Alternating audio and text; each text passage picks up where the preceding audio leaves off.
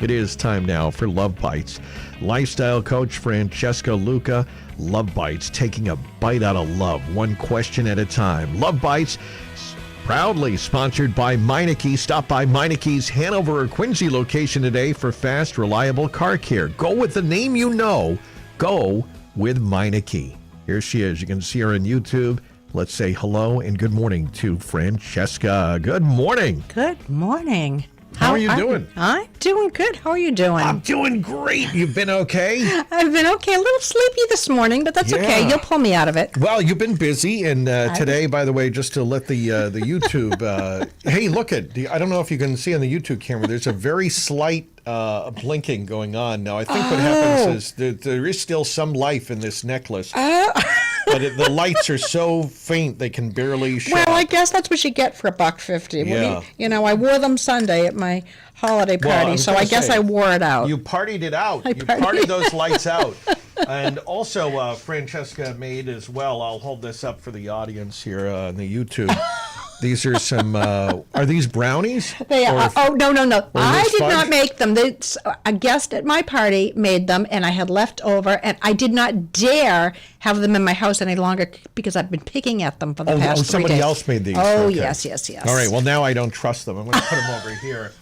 Didn't you already have one? No, I didn't have one. Oh, okay. Someone did. I think Dan did. Dan did. And I'm going to check to see if he's still alive. Yeah, I had one yesterday. Yeah. Okay. They're fabulous. Yeah. All right. Well, as long as you know, I always get a little suspicious of food I don't know where it came from. But okay. I'd be more concerned about food that I make. Oh, come on. All right. So somebody else made those. Okay, but they're delicious, right, Dan? Oh, they're quite good. Okay. All right. Good. Okay. All right. So here we go. We're going to get into today's question, and we'll tell you how you can send in a question at the end of this segment. And by the way, you can comment at 781-837-4900 because chances are you will have an opinion. Mm-hmm. All right. So let's see. You ready for the question? I sure am. All right. This comes to us. We'll call her Sarah. Okay. All right. There we go. I've been, dear Francesca, I've been married for 7 years, and I don't know whether this is just the 7-year itch or I'm just not happy. There's nothing outwardly wrong. From the outside, we look like the perfect couple. We are good together in the way that roommates who respect each other's space are good together. But something's missing, at least for me. My husband doesn't understand. He says that I always want more. Am I being ungrateful? I mean, there are so many singles out there trying to find a partner. Sarah. Okay. All right. Well. All right, Sarah. What are we going to do here with this one? Nothing you say sounds ungrateful or selfish. It just sounds human. I mean, and it's not all that uncommon. It happens all the time. You even have a name for it, the 7-year itch, right? So long-term relationships often shift from passion to partnership. That happens with so many couples. That transition happens quietly around that 5-10 year mark. How long have you been married, Rob? I guess it's been about that long now, sure. You getting itchy? No, I'm fine. You wouldn't dare say so if you were. No, of course not. I wouldn't say that. But no, everything is great. Okay, everything's wonderful. Wonderful. But the fact that nothing is really wrong, as you say on paper, doesn't mean that nothing is missing emotionally, Sarah. A marriage can be stable, respectful, kind, and still feel empty to one or both. And that, the roommates who respect each other line, that's especially telling. But don't panic.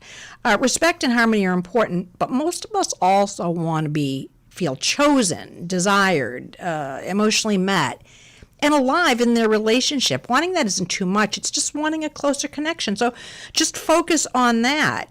And at the same time, slow down before labeling that the marriage itself is a problem. So, and Dan, you're in a long-term relationship too, right? I am. Yes, I am. Okay, and it's been a lot longer than 10 years for you, right? It's been a while. And you're not itchy either. No, I guess not. Okay, all right. But anyway, all right. I do have a dry skin condition. But... Oh, wow, okay. All right. So, anyway, so what are you guys thinking? I mean, I've had a lot to say this morning. What do you guys think? Well, I would think in this case, I would say that I don't know if she can. I just wouldn't want her to end the marriage. I mean, it's been 7 years, and it says just not happy, but it says there's nothing outwardly wrong. But it talks about being roommates. What? I don't know. I guess what are the advice? Can you get some of that passion back for Sarah? Of course. Now, I'm assuming they had passion at some point. Yeah. Well, maybe they've stopped being curious about each other. I mean, after all, you do, no matter what, you do get comfortable in a relationship. And maybe, one or both of you have grown and you don't know how to bring the growth into the relationship. Or maybe you don't feel seen or understood anymore. But again, all those things are fairly common. You kind of go from that wild, passionate to a more sort of subdued. But then if, you're really saying that something's really, really missing, then you do need to really work on that. And but I certainly would not blame the relationship. I would say, find out what that something missing actually means. What do you think the husband could do? Because it says something about he doesn't understand. He says that I always want more. More, right. Yeah. Well, maybe he's just expressing fear. Because she's saying this, or maybe he's confused, not necessarily refusal to meet you, but not knowing how to. So, Sarah, how about getting curious about what that something missing actually means? Like, is it the intimacy? Is it the emotional depth? Is it fun, playfulness, novelty, feeling admired? And, I would try talking in terms of feelings rather than outcomes. Instead of I'm miserable or I'm not happy, something like I miss feeling closer to you, or I want us to feel more alive together. It may sound kind of corny, but this is what you need to do. It's marriage, relationships are work, and you've got to always be present. And it's very easy to become not present very quickly. So, and by the way, this comparison trap, the fact that others are single and searching, that doesn't mean you're obligated to stay quietly unfulfilled if that's what you're feeling. Gratitude and longing can coexist simultaneously. Right?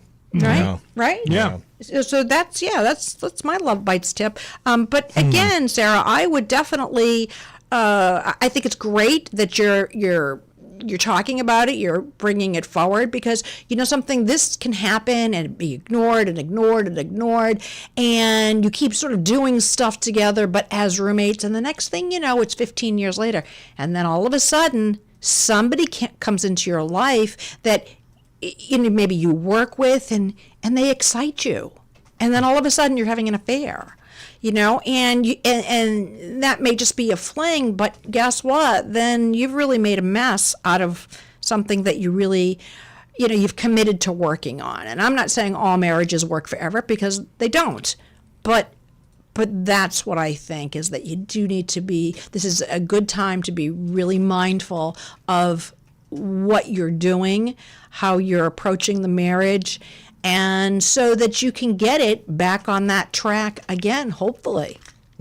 Yeah, well, hopefully, Sarah, we can hope that 2026 is a better year, and perhaps you can take that advice and hopefully have those conversations, and we hope that you can stay in your marriage. However, do not wear those ugly Christmas sweaters. No. Well, And we should mention that we have speaking of, we have an ugly Christmas or ugly holiday tell sweater. everybody about Well, okay, so we've created this ugly sweater contest. So what you need to do is you have to wear it, and you have to have someone take a picture of you wearing this ugly sweater.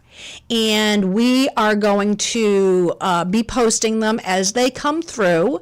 And then the contest will actually end December 31st. However, it won't be announced until the following week, January 7th. And the winner, get this is really cool, will receive a $250 gift certificate for a Glow 2 facial at Beyond Aesthetics in Westport. I have had many of them. They are absolutely fabulous. And then the runner-up, it's not exactly a $250 facial, but you do get a Francesca Luca show canvas bag. What? Yeah, nice. and it says Love Bites on it too. And it's a great canvas bag. It's not one of those flimsy little things. You can use that as a piece of luggage when you travel. wow. Oh, nice. So yeah.